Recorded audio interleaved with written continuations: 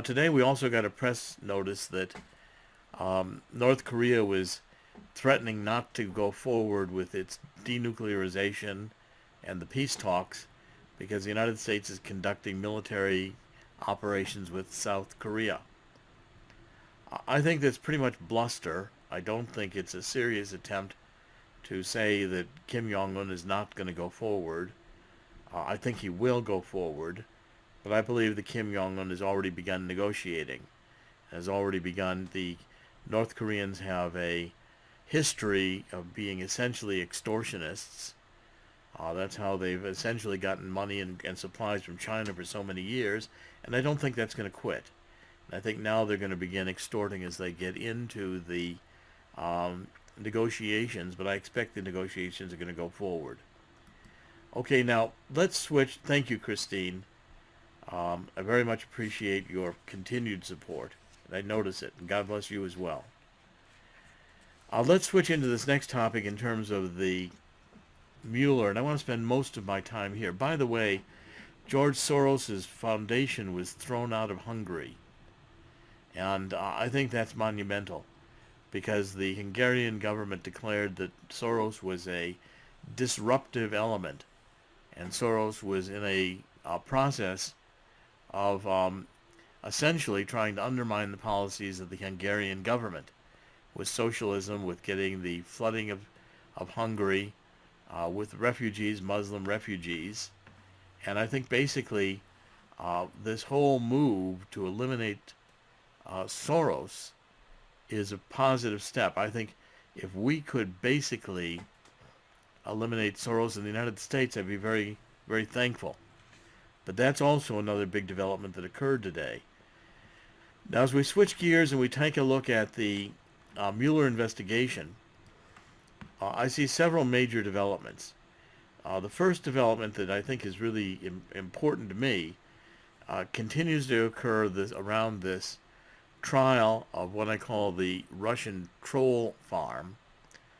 Now, there was a major article in the Wall Street Journal. I thought it was interesting to see the Wall Street Journal now covering what we've been saying for weeks, and that is that Judge Ellis, U.S. District Judge Ellis, who is trying the case, against this Russian troll farm, has been insistent that the trial go forward. Mueller's gotten caught in this one in that he indicted a company in Russia that did not exist when he indicted it. The period of time for which this company was supposed to have interfered in our elections was a period of time in which the Russian company was not in existence.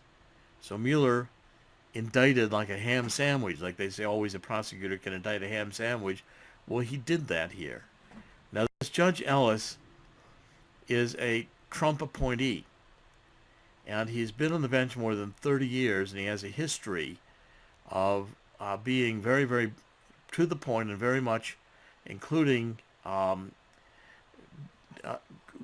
saying to the prosecution, which is the question that I believe Ellis has put on the table here, and that is whether Mueller is actually a corrupt prosecutor, whether he only prosecuted these 13 Russians because he wanted to prosecute somebody for Russian collusion, and this was all he could find. Yet, in prosecuting a company that didn't exist for crimes that weren't a crime, it's not a crime to collude with Russia, and postings on the internet that even Rod Rosenstein, who I do not trust Sessions either, said when the indictment was announced that nobody was influenced by the Russian trolls, so therefore they didn't change a single vote, and there was no collusion with Donald Trump or his campaign. So what this prosecution, what Judge Ellis threatens to demonstrate is not only is Mueller corrupt, but he's incompetent. And I've said that about the whole team from the beginning. This is a group of prosecutors who will violate any law they can just to put a scalp on their belts. And by the way, I think we're going to see a lot more than just these cases, because it also spreads to Pret Bahara, who is determined to be a enemy of Donald Trump. He should never be allowed to be the the New York attorney, the Attorney General for the state of New York.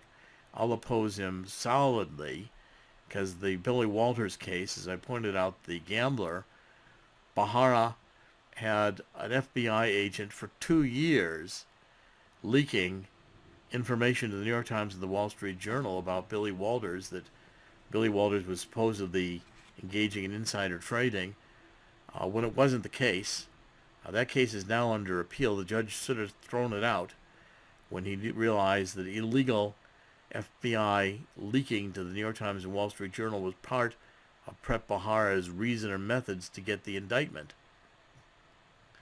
And again, here we've got the case, and I think Judge Ellis is going to, when this trial goes and starts going, what Mueller can expect is he's going to get more blunt lectures from the bench, and he's going to be exposed as a prosecutor who was out with a grudge to get Donald Trump, hated Donald Trump.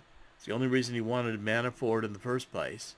Manafort is being, this is another case, but I mean, the Manafort case is also the judges on it.